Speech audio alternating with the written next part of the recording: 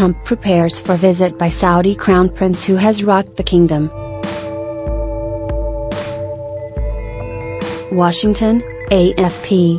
U.S. President Donald Trump will host Saudi Arabia's Crown Prince in Washington Tuesday, March 20, giving the president a receptive audience to denounce rival Iran and a chance to take stock of significant changes the prince is engineering in the kingdom.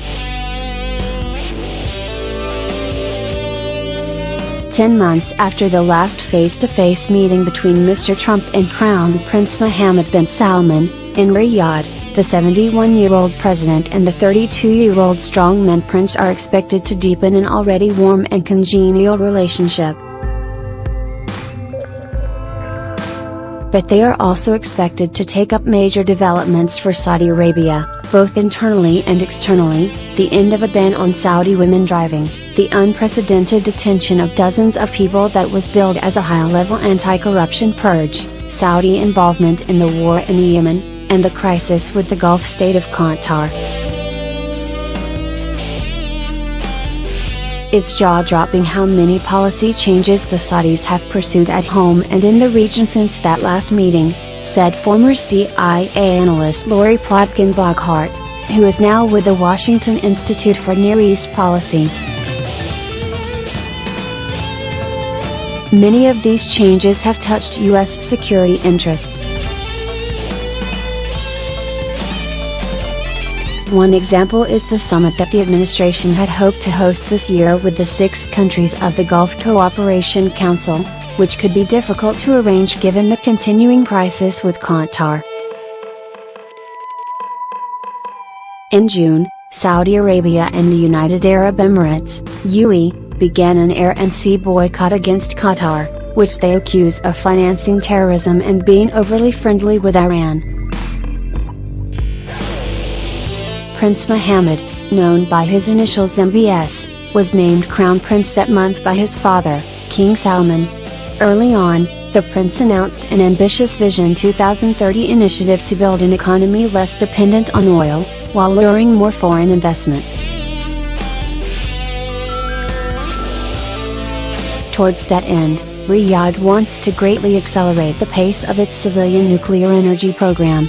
The goal: to build 16 reactors over the next 20 years, at a cost of some €80 billion, 130 billion Singapore dollars, according to officials and analysts.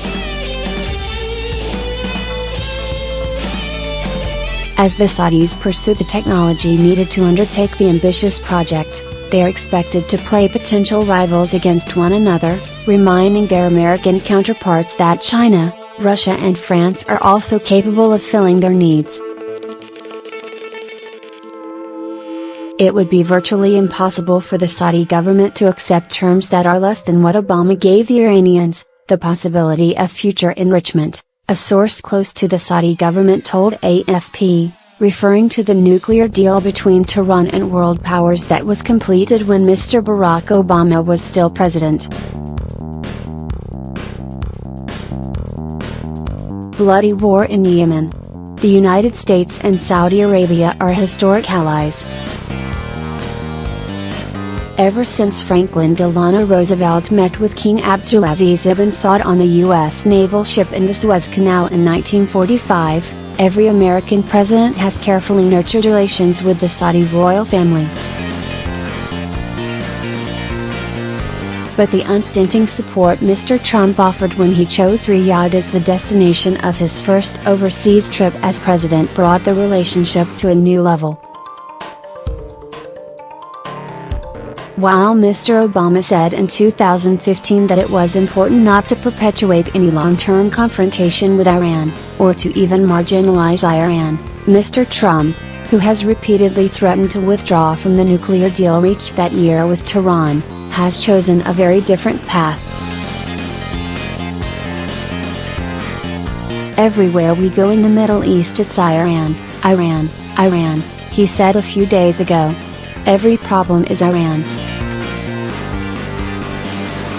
Even before setting foot on American soil, Prince Mohammed struck a scathing tone towards Iran in an interview with CBS, comparing the territorial ambitions of that country's supreme leader Ayatollah Ali Khamenei to those of Adolf Hitler and Nazi Germany. And he warned that if Iran were to develop a nuclear bomb, Saudi Arabia would do the same as soon as possible. But critics are cautioning the White House not to blindly embrace every stance taken by the Saudi prince, particularly as concerns its role in the bloody civil war in Yemen. Fighting between the Houthi movement, supported by Iran, and Yemeni government forces, backed by the Saudis and the UAE, has claimed nearly 10,000 lives and left the country on the verge of a disastrous famine. In an opinion column early this month in the New York Times, Thomas Friedman, writing in the form of an open letter to Mr. Trump, urged the president not to give in to Prince Mohammed's bad impulses as he seeks to modernize Saudi Arabia's economy and religious, social structure. He then adds, "If you think you can just applaud his anti-Iran stance and religious reforms and all will work out fine, you're wrong.